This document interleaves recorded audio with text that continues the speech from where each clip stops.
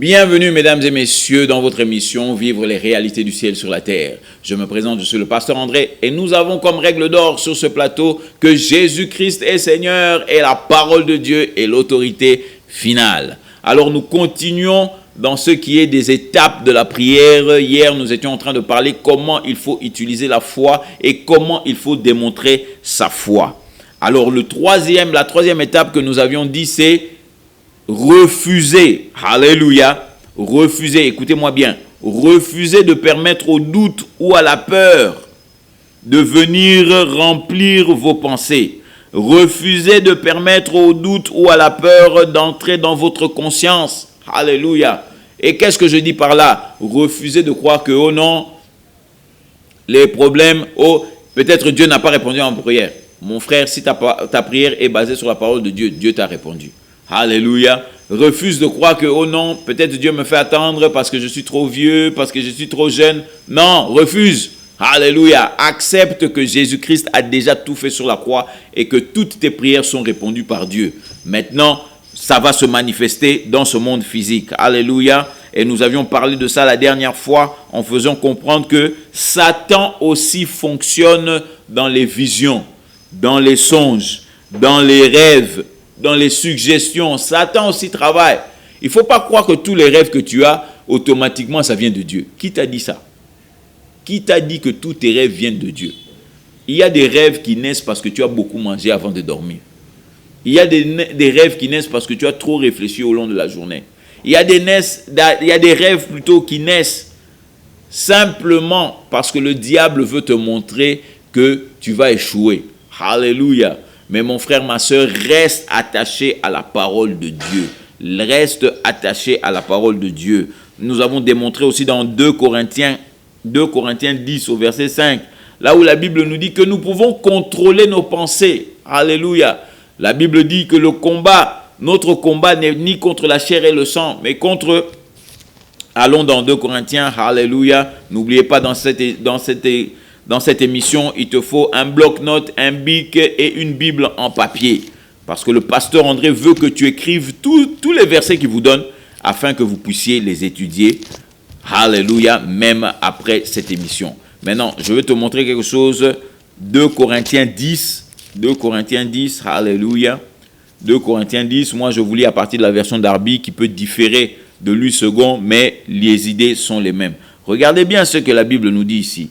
La Bible nous dit, au verset 3, je peux même vous donner ça, il dit « Car en marchant dans la chair, nous ne combattons pas selon la chair. Car les armes de notre guerre ne sont pas charnelles, mais puissantes par Dieu pour la destruction. » Écoutez bien, la destruction des forteresses, détruisant les raisonnements et toute hauteur qui s'élève contre la connaissance de Dieu et amenant toute pensée captive à l'obéissance de Jésus-Christ. Alléluia. C'est-à-dire que tu peux emmener toutes tes pensées à l'obéissance de Jésus-Christ. Ça veut dire quoi? L'obéissance de Jésus-Christ pour aller sur la croix. Jésus-Christ a tout payé. Alors arrête de réfléchir que « Oh, je ne suis pas assez intelligent.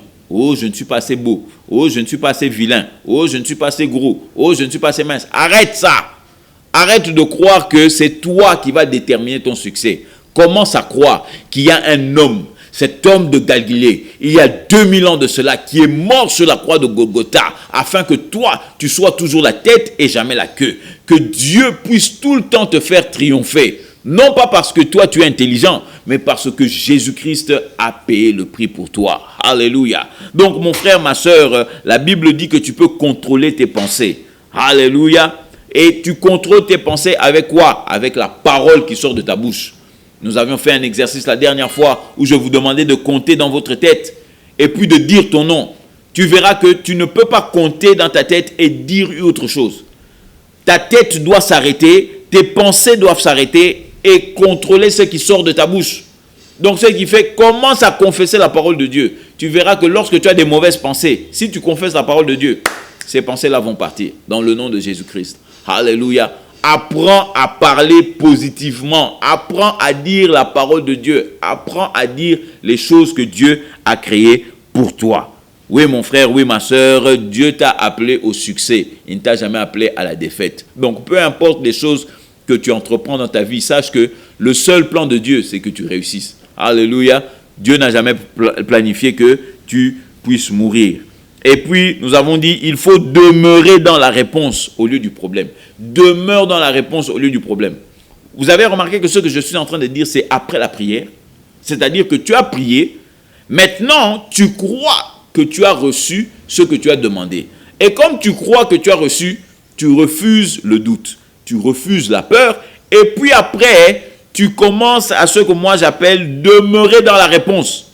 C'est-à-dire que tu te vois avec la réponse, tu te vois avec ton argent, tu te vois avec ta voiture, tu te vois avec ton grand ministère, tu te vois dans ton église, tu vois les musiciens, tu vois tout, tu vois toutes les choses arrangées pour toi. Alléluia. Oui, mon frère, ma soeur, Dieu demeure dans sa parole. Ne passe pas ton temps à te plaindre tout le temps. Chaque fois que tu vois quelqu'un, oh mon frère, n'a pas problème, boye, n'a banaté, n'a boye, n'a boye. Ça n'intéresse personne. La seule personne qui est intéressée à savoir ce qui ne fonctionne pas dans ta vie, c'est le diable. Et c'est nous, avec notre foi, qui allons détruire le système du diable plutôt. C'est nous qui allons détruire son système. La Bible dit que tout le monde est sous l'emprise du diable. Alléluia. Mais nous, avec le Saint-Esprit, alléluia, nous allons gagner le combat. Alléluia. Car il a déjà été gagné à Golgotha pour nous. Nous sommes simplement en train de manifester la gloire de Jésus-Christ. Alors dans Romains 3, au verset 4, la Bible Louis II dit ceci, la Bible Darby plutôt dit ceci, mais que Dieu soit vrai et que tout homme menteur. Dieu soit vrai et tout homme menteur, c'est-à-dire que l'autorité finale, papa, dans ta vie, c'est la parole de Dieu. Ce n'est pas ce que les hommes disent. Oh, les gens disent que Dieu ne répond plus aux prières. Ça, c'est leur problème. Ma Bible à moi dit que Dieu, quiconque l'invoque, il répondra. Alléluia. Invoque-moi et je te répondrai. Dieu est un Dieu fidèle à sa parole. Et la Bible dit que tout homme soit reconnu comme menteur et que Dieu seul soit vrai. Est-ce que tu comprends ça, ma soeur? Donc, même ton imagination, tu dois refuser que ton imagination, que tu as une imagination que non, mes prières ne sont pas répondues. Oh, c'est faux. Tout ce que tu demandes à Dieu, si tu crois que tu l'as reçu, tu l'as déjà. Alléluia. Je le dis encore, si tu crois que tu as reçu, tu l'as déjà. Alléluia. Donc, la manifestation dans ce monde physique n'est qu'une question de temps. Ça va se manifester bientôt. Et d'ailleurs, si tu continues à remercier Dieu, tu dis merci Seigneur, car je crois que j'ai reçu. Merci Seigneur, car je crois que j'ai reçu. Chaque fois que tu sors, tu dis oh merci Seigneur. Si c'était une voiture, chaque fois que tu marches à pied, tu dis merci Seigneur de ce que tu m'as donné une voiture. Merci Seigneur de ce que tu avais dit. Oh papa, que l'Éternel est mon berger, je ne manque de rien. Alléluia. Merci de ce que maintenant j'ai ma voiture et que ma voiture se manifeste dans ce monde. Alléluia. C'est ça, vivre par la foi. Amen. Vivre par la foi, ce n'est pas voir pour croire. C'est croire avant de voir. Alléluia. Je le répète encore. Vivre par la foi, c'est croire avant de voir. Et ce n'est pas voir et puis croire. Pourquoi tu vas croire en quelque chose que tu vois? Écoute-moi bien, mon frère. Pourquoi tu vas croire en quelque chose que tu vois? Tu as demandé une voiture à Dieu, Dieu te donne la voiture, tu dis, oh, je crois que j'ai une voiture. Non, tu ne crois pas, tu sais que tu as une voiture. Alléluia. Tu sais que la voiture est devant toi. Amen. C'est comme si moi je te dis, oh non, je crois que j'ai une Bible. Pourquoi je vais croire puisque la Bible est devant moi? Je ne crois pas, je sais que ma Bible est devant moi. Alléluia. Et c'est ça la différence. Il dit, croyez que vous avez reçu et vous le verrez s'accomplir. C'est-à-dire qu'au moment où tu le vois s'accomplir, tu n'as plus besoin de croire parce que tu as vu. Alléluia. Donc tu crois pour quelque chose que tu ne vois pas. Tu ne crois pas pour quelque chose que tu vois. Alléluia. Comme quelqu'un qui dit, oh, je crois que j'ai un bic. Pourquoi je vais croire puisque je l'ai en main? Je ne crois pas. Je sais que j'ai un bic. Alléluia. Je sais que j'ai un bic. Donc ce qui fait que la croyance, la Bible dit, la foi est une ferme assurance des choses qu'on espère. Une démonstration des choses qu'on ne voit pas. Donc, on croit en quelque chose qu'on ne voit pas. Parce que dès que tu le vois, tu n'as plus besoin de croire. Alléluia, mon frère, et alléluia, ma soeur. Donc, je vous dis que il faut te voir le quatrième point d'une prière qui emmène des résultats. c'est que tu dois te voir réussir et non pas échouer. Alléluia. Vois-toi réussir. À tout moment, tu te vois réussir. Tu ne te vois jamais échouer. Alléluia. Refuse de te voir échouer à un seul moment. Et là, je peux vous donner par exemple certains versets dans Proverbe 4, au verset 20, au verset 20 et 22. Verset 20, il dit, « Mon fils, écoute ma parole. Mon fils, tends l'oreille, écoute. Car mes paroles sont la vie pour quiconque les trouve. » C'est-à-dire que quand tu trouves les paroles de Dieu, tu as trouvé la vie. Papa, tu as trouvé la réussite. Alléluia. Les paroles de Dieu emmènent la réussite dans ta vie. Il ne faut pas te prendre à la légère. Oh non, de toute façon, tu n'es pas qu'un homme. Tu es un surhomme. Tu es un enfant de Dieu. L'enfant du Dieu très haut. Et si tu n'as jamais accepté Jésus-Christ comme Seigneur et Sauveur, ne t'en fais pas. Dans cette émission, tu vas l'accepter comme Seigneur et Sauveur. Alléluia. Afin que tu puisses vivre les réalités du ciel sur la terre. Mon frère, ma soeur, comprends toutes ces choses. Je vais vous emmener dans Matthieu. Allons dans Matthieu 6. Alléluia. La parole de Dieu est une arme. La parole de Dieu est une arme, mon frère. Alléluia. Comme disait un homme de Dieu, toutes les montagnes dans ta vie sont simplement un manque de connaissance. Toutes les montagnes dans ta vie, je le répète encore, sont un manque de connaissance. Ce n'est pas que Dieu ne t'aime pas. Ce que tu n'as pas dans ta vie, c'est parce que tu n'as pas encore cherché ça. Alléluia. Maintenant, regarde bien Matthieu 6, le verset 20, jusqu'au verset 22. Matthieu 6, 22 à 23. La Bible nous dit ceci. La lampe du corps, c'est l'œil. Et si donc ton œil est simple, ou bien ton œil est complet, ton corps tout entier sera plein de lumière. Mais si ton œil est méchant, ton corps tout entier plutôt sera ténébreux. Et si donc la lumière qui est en toi est ténèbres, combien seront grands les ténèbres? Alléluia. Mon frère, ma soeur, ce que Jésus-Christ est en train de vous faire comprendre ici, c'est que si tu vois bien avec tes yeux, l'intérieur de toi va bien fonctionner. Mais si tu vois mal avec tes yeux, c'est-à-dire que si tu as une intelligence qui est pervertie, tu as une intelligence qui est mauvaise, alléluia, tout au-dedans de toi sera perverti et tu ne verras jamais les réponses à tes prières. Alléluia. Donc, ce qui fait que notre façon de nous voir à l'intérieur de nous-mêmes détermine si on recevra les réponses à nos prières ou bien on ne les recevra pas. Alors, prépare-toi, mon frère, prépare-toi, ma soeur, au succès. Alléluia. Qu'est-ce que le pasteur André? Le pasteur André a dit, prépare-toi au succès. Ne te laisse pas. Alléluia. Ne te prépare pas pour l'échec. Amen. Comme quelqu'un dit, je vais chez le docteur. Bon, si le docteur me dit que je ne peux pas avoir d'enfant, bon, je vais déjà m'apprêter émotionnellement, on ne sait jamais. Non. Mon frère, ma soeur, si tu as prié et que tu as demandé à Dieu des enfants, ne te prépare pas pour l'échec. Alléluia. Prépare-toi déjà. Commence à acheter les habits pour les enfants. Alléluia. Qu'est-ce que tu as demandé à Dieu? Quel est le sexe que tu as demandé à Dieu? Les hommes ou bien des enfants, des garçons ou des filles? Alléluia. Si c'est des garçons, papa, maman, commence déjà à aller dans les magasins. Cherche déjà les habits que tu vas acheter pour tes bébés. Alléluia. Oui, mon frère, ma soeur, il est temps de comprendre que Dieu, ce qui démontre que tu crois en Dieu, c'est la préparation. Alléluia. Si il est vrai que tu crois en Dieu, tu ne vas pas te préparer pour l'échec. Parce que tu sais que Dieu ne peut pas mentir. Donc, si Dieu ne peut pas mentir et que j'ai prié Dieu pour une voiture, papa, cherche déjà le garage. Prépare déjà le garage. Vois déjà l'image dans ta tête de la voiture qui rentre dans le garage. Parce que Dieu ne ment pas. Mais comment ça se fait que tu t'apprêtes pour la défaite et puis tu dis, j'ai demandé à Dieu? Non, là, tu n'as pas demandé à Dieu. Tu n'as pas demandé à Dieu. Ou bien tu as demandé à Dieu, mais tu n'as pas cru que tu as reçu. Parce que si tu crois que tu as reçu, prépare-toi. Prépare-toi déjà. Alléluia. Prépare-toi. Tu arranges déjà les choses autour de toi. Tu dis non. Vous rentrez plus dans cette chambre parce que je prépare ça pour mes enfants. Oh, ne mets pas ta voiture là, mon frère. Parce que je vais garer ma voiture.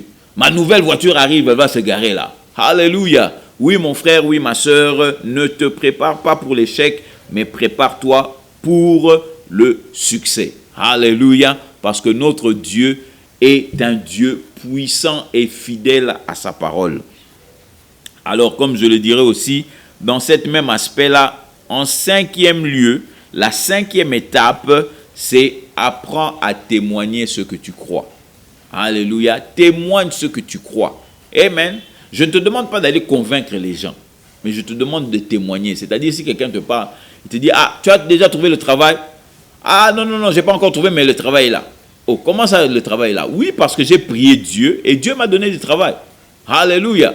Oh, mais est-ce que c'est où? Non, je ne connais peut-être pas l'endroit, mais je sais que Dieu m'a donné. Pourquoi? Parce que la Bible dit, croyez que vous l'avez reçu et vous le verrez s'accomplir. Donc moi, je crois que j'ai reçu du travail et dans pas longtemps, quelqu'un va m'appeler pour commencer le travail. Alléluia.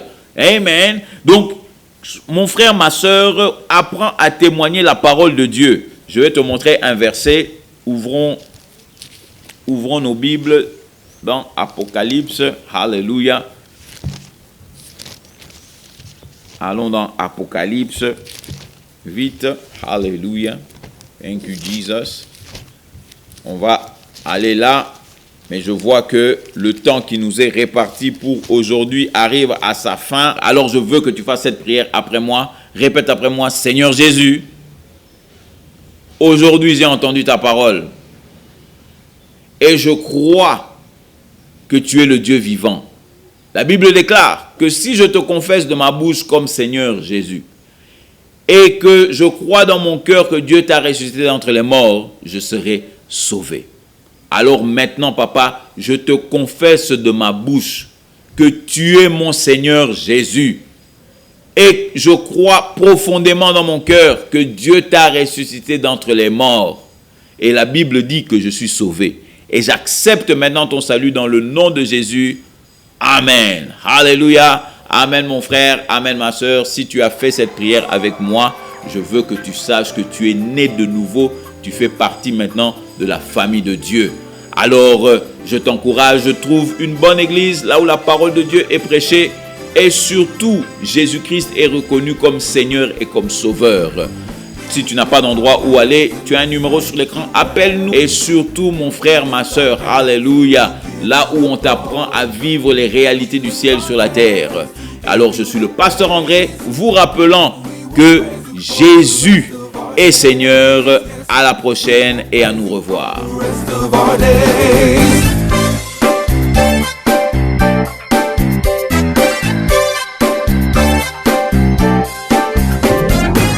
We clap our hands in the sanctuary. We clap our hands to give you the glory. We clap our hands to give you the praise. And we will praise you for the rest of our days. Yes. We will praise you for the rest of our days.